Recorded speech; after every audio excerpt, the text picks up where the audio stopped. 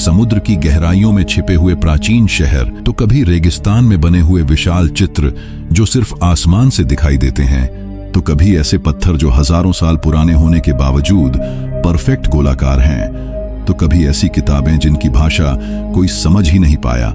दोस्तों, आज हम बात करेंगे दुनिया के 10 सबसे रहस्यमयी चीजों के बारे में। यह सफर आपको ले जाएगा इतिहास की गहराइयों में, विज्ञान की सीमाओं से परे और कल्पना की उस दुनिया में जहां सवालों की भरमार है और जवाब गिनती के। लेकिन चिंता मत कीजिए, मैं हर रहस्य को इतनी आसानी से समझाऊंगा कि आपको लगेगा जैसे आप खुद वहां मौजूद हैं। हर हिस्से में रोचक कहानियां, फैक्ट्स और स्पष्ट एक्सप्लेनेशन होंगे ताकि आप बोर ना हों और वीडियो को अंत तक देखते रहें। वीडियो शुरू करने से पहले चैनल को सब्सक्राइब कर लीजिए और अपने दोस्तों के साथ शेयर करना न भूलिएगा।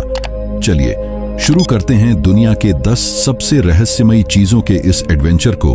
दोस्तों, सबसे पहले बात करते हैं एक ऐसे रहस्य की जो समुद्र की गहराइयों में छिपा हुआ है।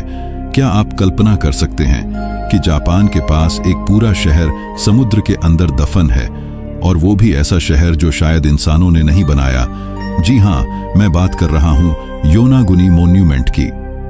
योनागुनी मॉन्यूमेंट जापान के योनागुनी द्वीप के पास समुद्र की तलहटी में स्थित है। इसे 1980 के दशक के अंत में एक लोकल डाइवर ने खोजा था जब वो समुद्र में शार्क की तलाश कर रहा था, लेकिन उसे शार्क की बजाय कुछ ऐसा मिला जो पूरी दुनिया को हैरान कर गया। यह एक विशाल संरचना थी जो लगभग 50 मीटर लंबी और 20 मीटर चौड़ी है। इसमें सीढ़ियां, प्लेटफॉर्म्स और यहां तक कि गेट जैसे स्ट्रक्चर थे जो बिल्कुल इंसानी हाथों से बने लगते हैं। लेकिन असली रहस्य यह है कि यह संरचना लगभग 10,000 से 12,000 साल पुरानी बताई जाती है। उस समय दुनिया में कोई सभ्यता इतनी उन्नत नहीं थी कि इतने बड़े पत्थरों को तराश कर इतनी परफेक्ट तरीके से रख सके। अब आप सोच रहे होंगे कि यह कैसे संभव है। वैज्ञानिकों का एक गुट कहता है कि यह प्राकृतिक रूप से बनी हुई है, मतलब समुद्र की लहरें और भूगर्भीय गतिविधियां जैसे भूकंप और ज्वालामुखी की विस्फोटों से चट्टानें इस शेप में आ गईं। लेकिन दूसरे वैज्ञानिक और रिसर्चर इससे सहमत नहीं हैं। उन्होंने नोटिस किया है कि इन संरचनाओं में 90 डिग्री के कोने हैं, सीधी लाइनें हैं और यहां तक कि कुछ जगहों पर छेद जैसे मार्क्स हैं जो बिल्कुल मैन मेड लगते हैं। एक प्रोफेसर मासाकी किमुरा, जो योनागुनी पर रिसर्च कर चुके हैं, का मानना है कि यह एक खोई हुई सभ्यता का हिस्सा है, शायद मू या लेमुरिया जैसी मिथकीय सभ्यता का। और सबसे दिलचस्प बात, जब डाइवर्स यहां जाते हैं तो उनके इलेक्ट्रॉनिक उपकरण जैसे कैमरे और कंपास काम करना बंद कर देते हैं। लेकिन ऐसा क्यों?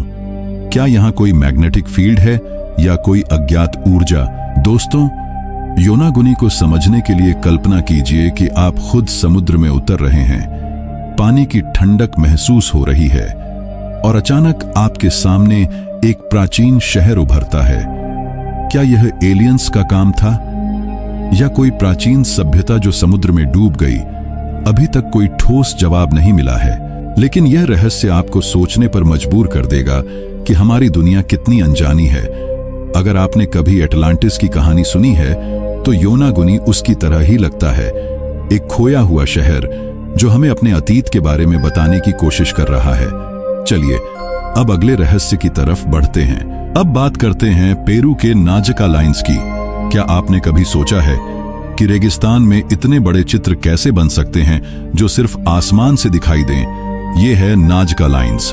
पेरू के नाजका रेगिस्तान में फैली हुई हैं और ये लगभग 2000 साल पुरानी हैं। ये लाइन्स विशाल जानवरों, पेड़ों, फूलों और ज्योमेट्रिक शेप्स की आकृतियां हैं जो सैकड़ों मीटर लंबी हैं। उदाहरण के लिए एक बंदर की आकृति जो 93 मीटर लंबी है और एक चिड़िया की जो 300 मीटर तक फैली है। लेकिन सबसे बड़ा सवाल यह है कि इन्हें बनाया किसने और क्यों? उस समय के लोग यानी नाजका सभ्यता के लोग उड़ नहीं सकते थे, तो उन्होंने इन चित्रों को कैसे डिजाइन किया जो सिर्फ हवाई जहाज से दिखते हैं? वैज्ञानिकों ने इन लाइंस को समझने के लिए कई थ्योरी दी है। एक थ्योरी कहती है कि ये एस्ट्रोनॉमिकल कैलेंडर हैं, मतलब ये लाइंस सूरज, चंद्रमा और तारों की पोजीशन को ट्रैक करने के लिए बनाई गई। जैसे कुछ लाइंस सोलस्टाइस, सूरज की सबसे ऊंची या नीची स्थिति की तरफ पॉइंट करती हैं। दूसरी थ्योरी है कि ये पानी के स्रोतों से जुड़ी है। नाजका रेगिस्तान बहुत सूखा है, तो शायद ये लाइंस पानी के देवताओं को खुश करने या पानी की तलाश के लिए बनाई गई हों। लेकिन कुछ लोग इससे आगे जाते हैं। वे कहते हैं कि ये एलियन लैंडिंग साइट्स हैं। क्यों?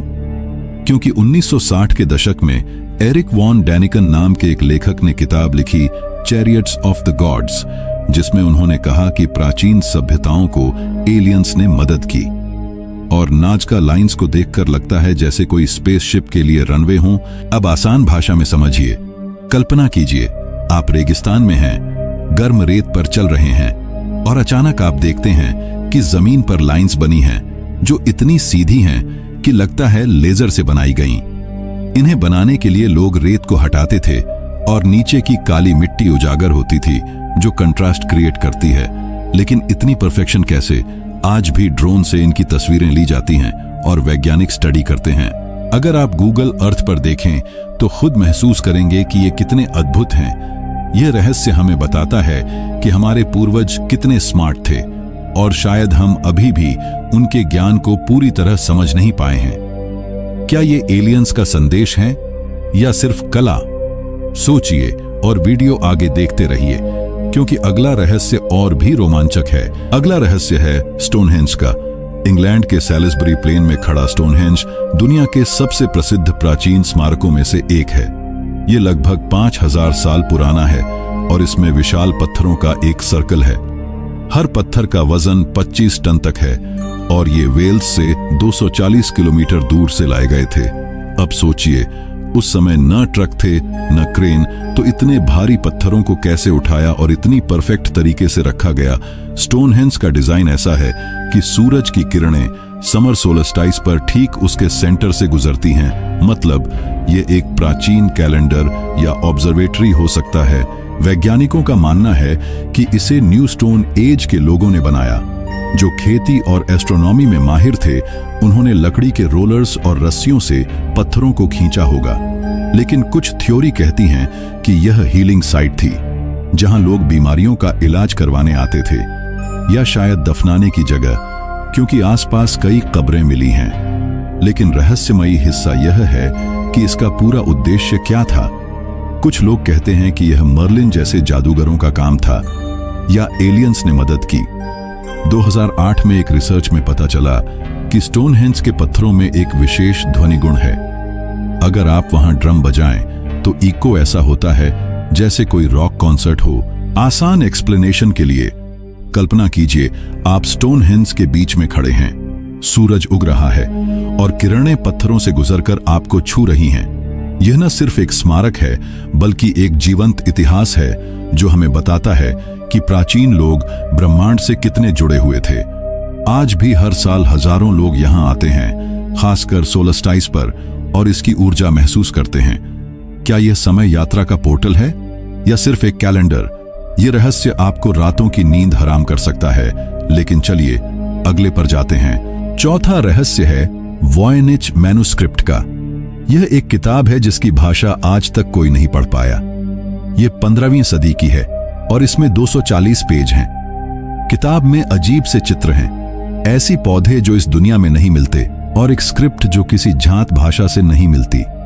इसे 1912 में विल्फ्रेड वॉयनिच नाम के एक बुक डीलर ने खरीदा था और तभी से यह एक पहेली बनी हुई है। दुनिया के टॉप क्रिप्टोग्राफर्स, लिंग्विस्ट्स और यहां तक कि आर्टिफिशियल इंटेलिजेंस ने इसे डिकोड करने की कोशिश की, लेकिन सब फेल हो गए। कुछ थ्योरी कहती हैं कि यह एक हॉक्स है, मतलब नकली किताब जो किसी ने मजाक में बनाई, लेकिन कार्बन डेटिंग से पता चला कि यह असली है। दूसरी थ्योरी है कि यह एक एन्क्रिप्टेड कोड है, शायद मेडिसिन या अल्केमी से जुड़ा, या शायद किसी खोई सभ्यता की भाषा। एक रिसर्च में कहा गया कि शब्दों का पैटर्न नेचुरल लैंग्वेज जैसा है, लेकिन मतलब समझ नहीं आता। यह वॉयनिच हमें चुनौती देती है कि हमारा ज्ञान कितना सीमित है। क्या यह टाइम ट्रैवलर की डायरी है या किसी जीनियस का सीक्रेट? यह रहस्य जितना पुराना है उतना ही ताजा लगता है। आगे बढ़ते हैं। 5वां रहस्य है ट्यूरिन का कफन। इटली में रखा यह एक कपड़ा है जिसमें एक आदमी की इमेज बनी हुई है। चेहरा, हाथ, पैर और शरीर पर चोट के निशान। लोग मानते हैं कि यह जीसस क्राइस्ट का कफन है जिसमें उन्हें दफनाया गया था। इमेज इतनी डिटेल्ड है कि लगता है फोटोग्राफ है, लेकिन यह 14वीं सदी का बताया जाता है। कार्बन डेटिंग से यह मिडिल एज का लगता है, लेकिन कुछ वैज्ञानिक कहते हैं कि डेटिंग गलत हो सकती है